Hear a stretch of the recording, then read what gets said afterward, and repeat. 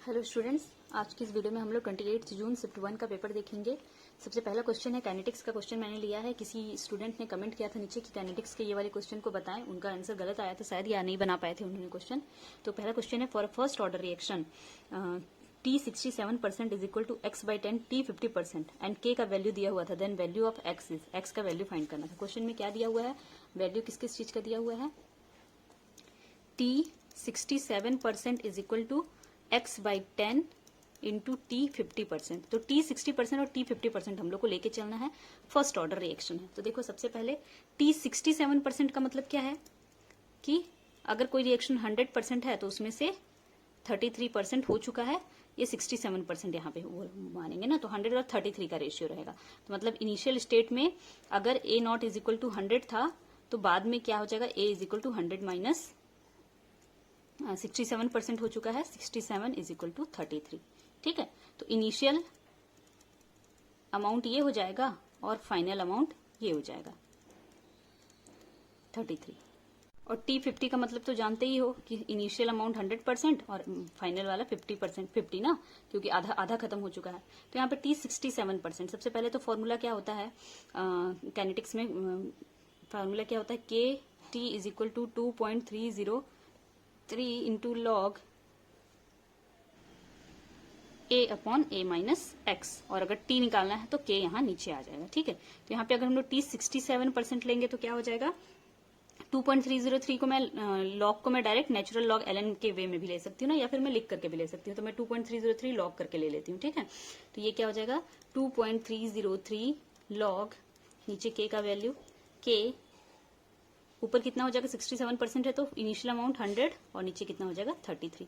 ठीक है, सेम वैसे ही 50% के लिए ले लेती हूँ। T 50% है अगर तो 2.303 अपॉन k लॉग, ऊपर 100 हो जाएगा नीचे 50 हो जाएगा।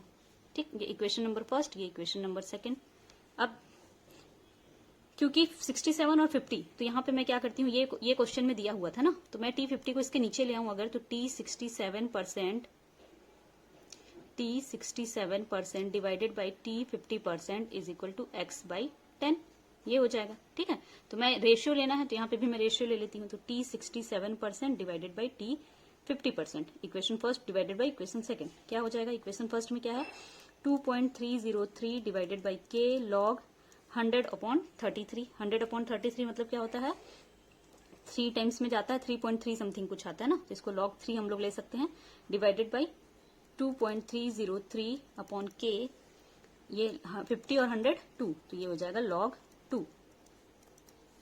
ये पूरा वैल्यू 2.303 और ये k कट जाएगा क्योंकि सेम है, बचा क्या T 67% divided by T 50% is equal to log 3 upon log 2। देखो आपका जो log 33 आया था, जो स्टूडेंट जिसने मुझे कमेंट किया था, ये 3 है ना, 33 नहीं आ रहा है, 3 ही आ रहा है। ठीक है, तो log 3 का वैल्यू, log 2 का वैल्यू, तो ये हो जाएगा T by 67% divided by T by 50%। इसका वैल्यू किसके बराबर है, x बाई 10 के बराबर है, क्वेश्चन के अकॉर्डिंग ना। और आया कितना है, तो log 3 upon log 2, log 3 upon log 2। log 3 का वैल्यू कितना होता है,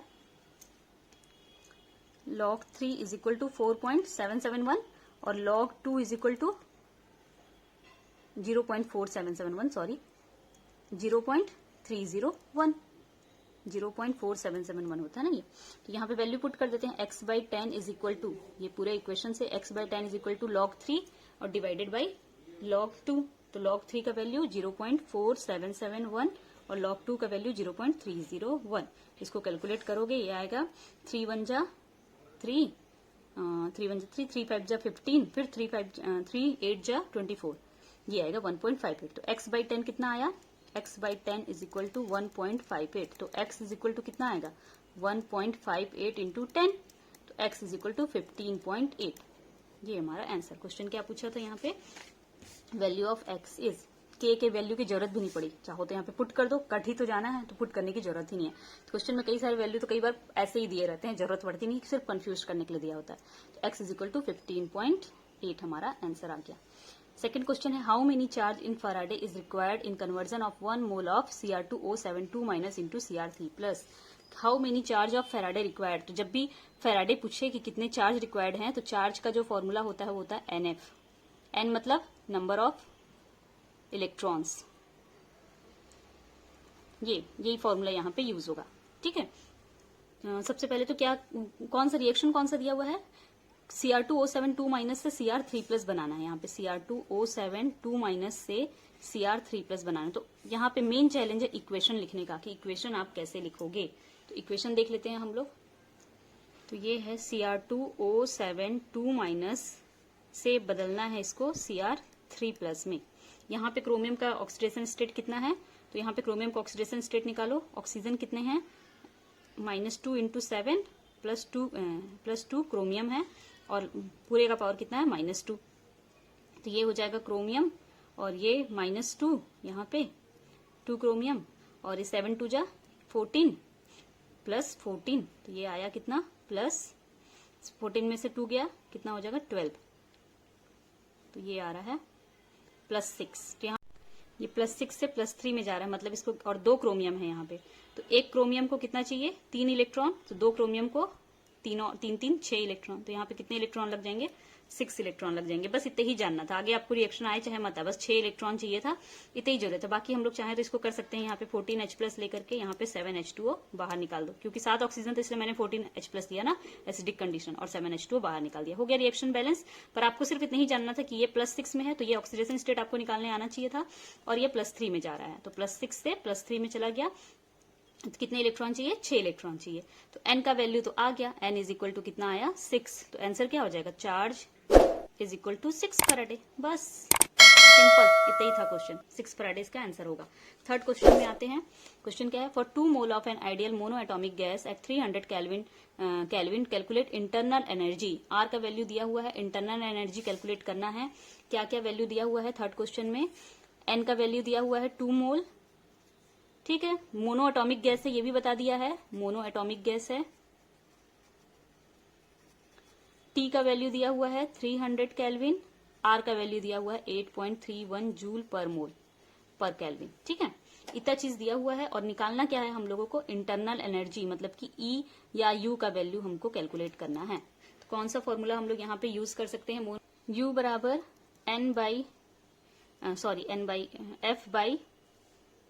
F/2 वाला फॉर्मूला हम यूज करेंगे। अब यहाँ पे F क्या है, F है डिग्री ऑफ फ्रीडम।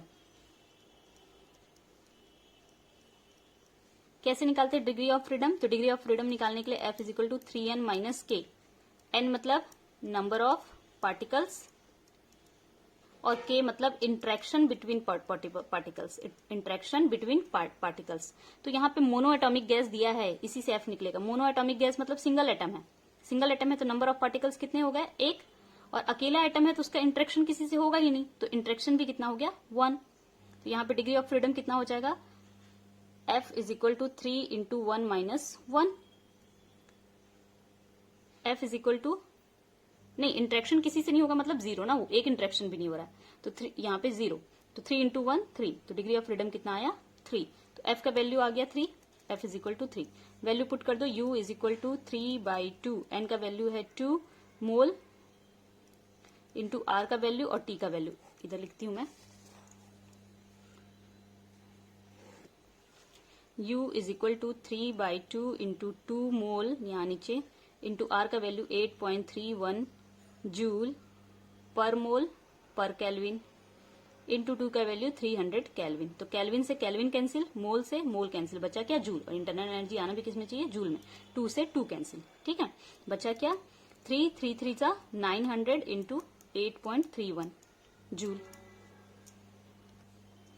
इसको मल्टीप्लाई करोगे कितना आएगा, ये 74.79 इंटू 100 = 7479 जूल। ये आंसर आएगा हमारा, internal energy 7479 joule. Third question हो गया सॉल्व। फोर्थ क्वेश्चन क्या है, फोर्थ क्वेश्चन क्या है, which of the following compound on thermal decomposition give nitrogen gas. इनमें से कौन सा नाइट्रोजन गैस देगा थर्मल डिकम्पोजिशन में। तो सभी के थर्मल डिकम्पोजिशन का रिएक्शन एक बार मैं लिख देती हूँ, तो आप लोगों को समझ में आएगा कि किसमें नाइट्रोजन। सबसे पहले क्या दिया हुआ है, BaN2 ना, इसको डिकम्पोज करेंगे थर्मली तो ये बेरियम और नाइट्रोजन में टूट जाएगा। नाइट्रोजन अलग से है, नाइट्रोजन जरूर बाहर निकलता है, क्योंकि एक अगर ऐसा कंडीशन दे रहा है कि N2 बाहर निकले तो जरूर बाहर निकलेगा ना, ये गैस के रूप में बाहर रिलीज हो जाएगा। सेकंड है NaNO2, सोडियम नाइट्रेट का जब डिकम्पोजिशन कराते हैं सोडियम नाइट्रेट का तो Na2O plus NO plus NO2 ये बनता है। थर्ड है BaNO3, बेरियम नाइट्रेट है थर्ड।